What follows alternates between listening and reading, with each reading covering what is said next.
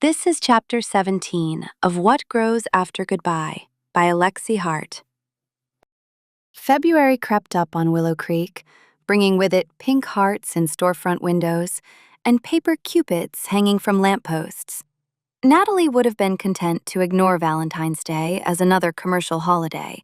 She'd had her fair share of them, both joyful and heartbreaking.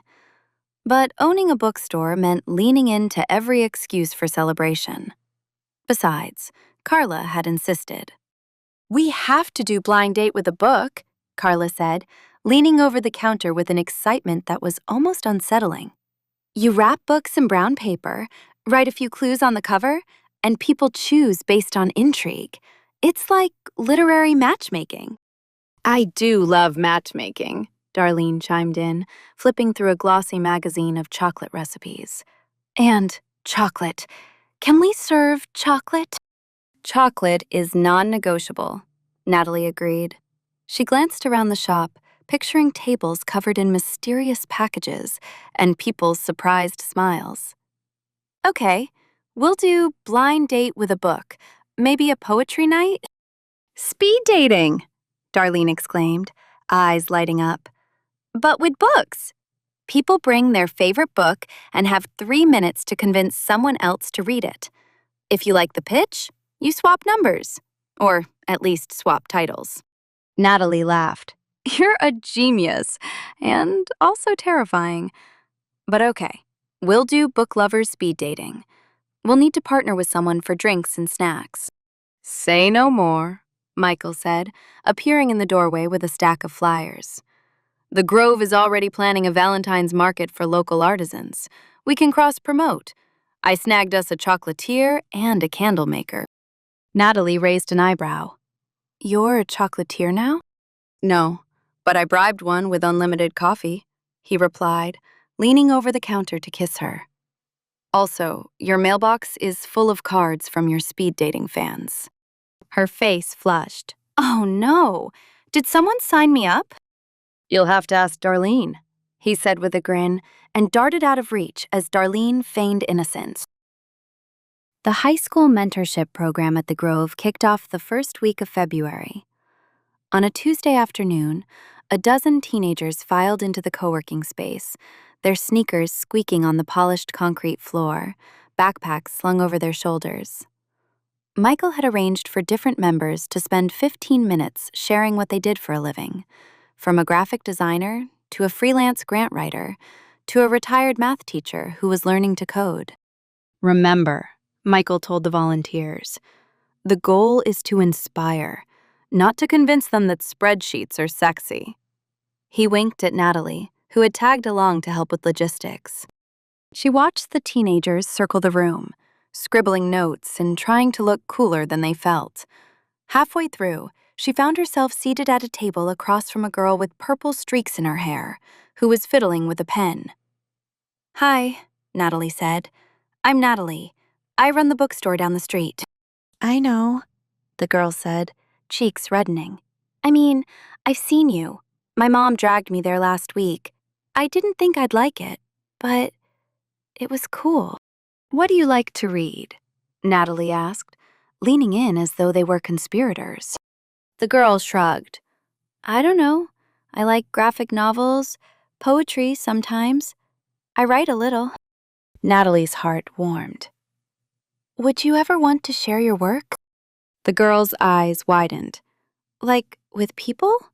No, it's for me."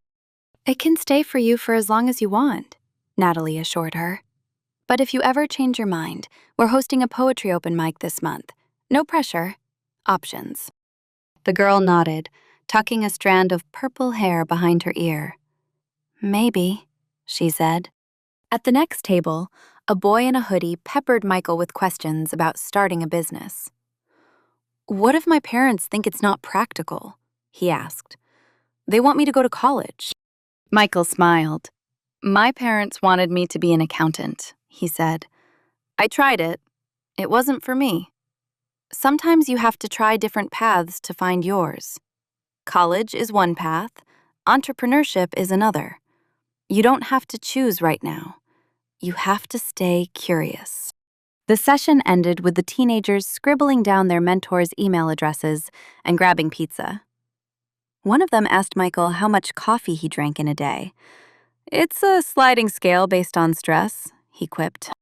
That evening, as they cleaned up, Natalie found a folded piece of paper under a chair. She unfolded it to find a poem written in neat handwriting. "Your eyes are a bookstore.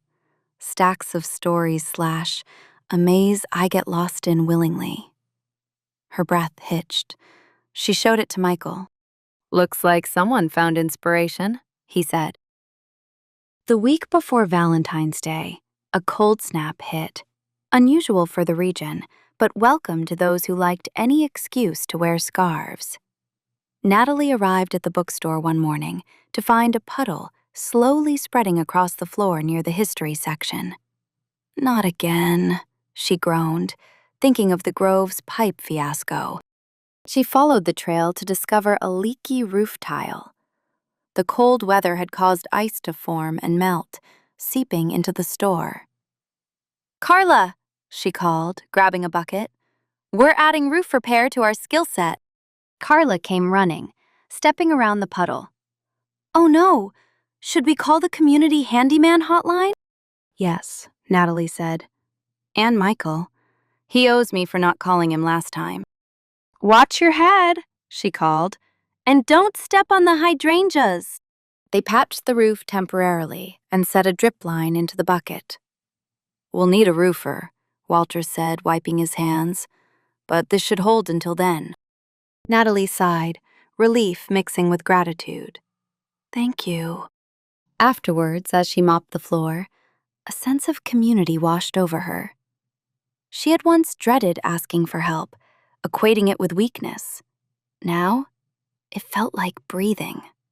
People showed up, sometimes with ladders, sometimes with words, sometimes with chocolate. She wasn't alone anymore. On Friday night, the bookstore transformed into a sanctuary of secrets. Dozens of books sat wrapped in brown paper on display tables, each with a handwritten note offering hints. If you like time travel and regret, for fans of baking and second chances, featuring a ghost who is very bad at haunting. The smell of melted chocolate wafted from a fondue station set up in the corner, while fairy lights cast a warm glow. Participants drifted in, giggling and debating which clue intrigued them most. Darlene wore a dress covered in heart emojis and a wide grin. "I'm going to meet my book soulmate tonight," she declared, selecting a book labeled, "Contains at least 2 puns per chapter." During the book lovers' speed dating portion, tables were set up like a musical chairs arrangement. Attendees had 3 minutes to pitch their favorite book to the person across from them. Laughter and animated gesturing filled the space. A man in a tweed jacket extolled the virtues of a lengthy historical tome. A teenager defended the existential angst of a YA novel. A woman in a red beret evangelized about a romance set in space. Natalie floated between tables, refilling fondue cups and occasionally chiming in when someone needed a recommendation. When she looked over at Michael, he was deep in conversation with a woman about the merits of audiobooks versus ebooks. He looked utterly at home. At the end of the night, customers left with wrapped books, smeared chocolate, and phone numbers scribbled on bookmarks. Darlene announced she had a coffee date with someone who had sold her on the concept of reading all the works of Jane Austen in 1 year. "If that doesn't pan out, at least I'll reread Persuasion," she said cheerfully. As they cleaned up, Natalie turned to Michael. "Do you realize Valentine's Day is the 1-year anniversary of our dinner at Harvest Cafe?" she said. He paused, a stack of plates in his hands. "Is it?"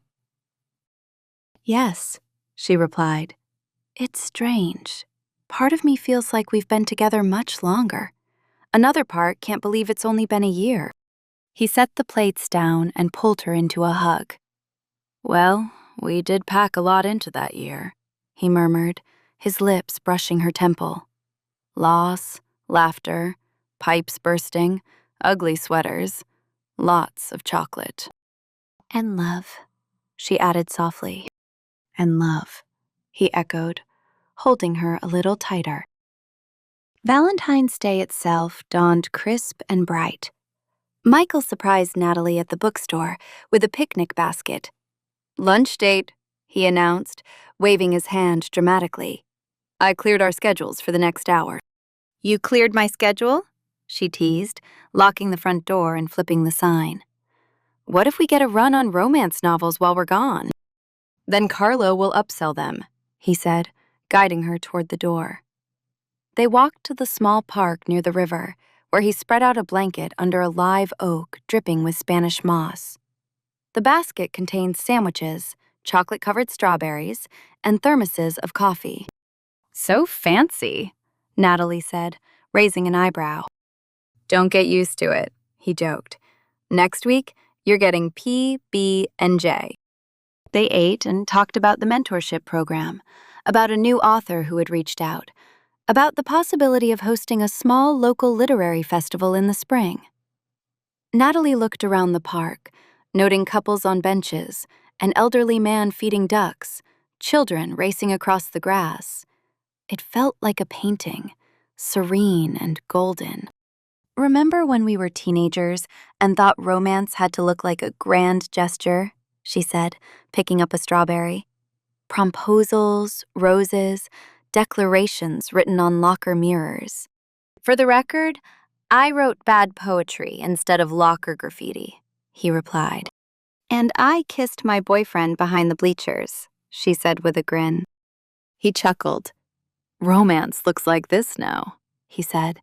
"A picnic under a tree, spreadsheets open on your laptop, paint in your hair. And I wouldn't trade it." She leaned over and kissed him, tasting strawberries and coffee. "Me either," she said. They finished lunch, lay back on the blanket, and watched clouds drift. Natalie traced shapes: a sailboat, a dragon, a heart. Michael intertwined their fingers and whispered, "Do you trust me?" "Always," she said without hesitation. "Then come with me tonight after work," he said, his eyes dancing. "It's a surprise." She raised an eyebrow. "Will I need boots or lipstick?" "Both," he said cryptically. Work passed in a flutter of heart-shaped bookmarks and last-minute flower deliveries. At 6, Carla ushered Natalie out of the store. "Shoo," she said, making a sweeping motion with the gift bag. "Go enjoy your surprise." Michael met her outside, dressed in dark jeans and a button-down shirt. He wore that same nervous excitement she'd seen before their first dinner. "Ready?" he asked. "Ready," she replied, slipping her hand into his. He led her to his truck, where he produced a blindfold. "Trust," he reminded her. "You're lucky I do," she said, allowing him to tie it gently. She heard the car door open and close, felt the seatbelt click, and then sensed movement as they drove. She tried to gauge turns and stops, but quickly lost track, giving up and instead focusing on the warmth of his hand on her knee. After what felt like 15 minutes, the car stopped. The door opened, and cool air brushed her face. He helped her out and guided her a few steps. The ground changed from asphalt to something softer. "Okay," he said, his voice near her ear. "You can look now." She lifted the blindfold. They stood on the dock of Willow Creek's small lake. The sun had set, leaving a wash of pastel pink and purple streaking the sky. String lights lined the dock, casting a warm glow. A rowboat bobbed in the water, its edges decorated with fairy lights and cushions. "A boat?" she said, smiling. "A boat," he confirmed. "We're going stargazing." He helped her into the boat, and they pushed off from the dock. The lake was glassy and still, reflecting the first stars appearing in the twilight. Natalie leaned back against the cushions, wrapping the blanket he handed her around her shoulders. Michael rowed them toward the center, the only sounds the soft splash of oars and the occasional croak of a frog. "This is beautiful," she said, her breath visible in the cool air. "Wait until you see the sky," he replied, setting the oars down and pointing upward. The first constellations were coming into view: Orion's Belt, the Seven Sisters, Cassiopeia. Michael reached into a pocket and pulled out a small flashlight and a folded piece of paper. "I wrote something for you," he said, suddenly shy. He looked at her. "Please tell me it rhymes," she teased. "It does not," he said. "I've learned my lesson. It's more of a promise." He unfolded the paper and read softly, "I promise to row when the water is smooth and when it's choppy. To build shelves and dreams with equal enthusiasm. To remember that books and people have second chapters. To dance in bookstores and in kitchens and in the rain.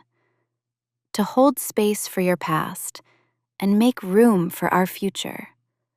And to never stop thanking the universe for the day my adolescent poem came true." Natalie's throat closed up. Tears welled, spilling over. She reached for him, pulling him into a kiss that tasted of salt and starlight. "I love you," she whispered against his lips. "Yes, whatever you're promising, yes." "Good," he murmured, his forehead resting against hers. "Because someday soon, when you least expect it, I'm going to read you a poem that involves stars and hair and the word fair. And there might be a ring." She laughed through her tears.